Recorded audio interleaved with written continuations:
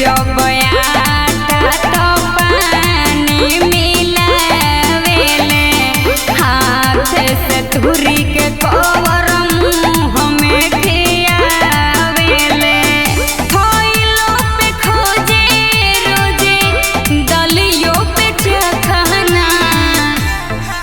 तो बलमुआ मिलल सखी बलमुआ मिलल सखी हमर मन रखना बलमुआ मिलल सखी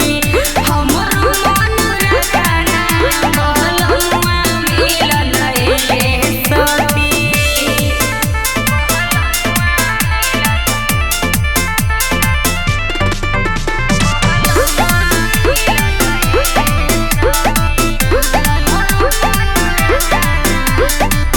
चटनी के स्वाद मिले राजा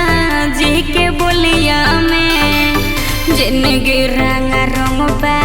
जैसा लागे लाई होलिया में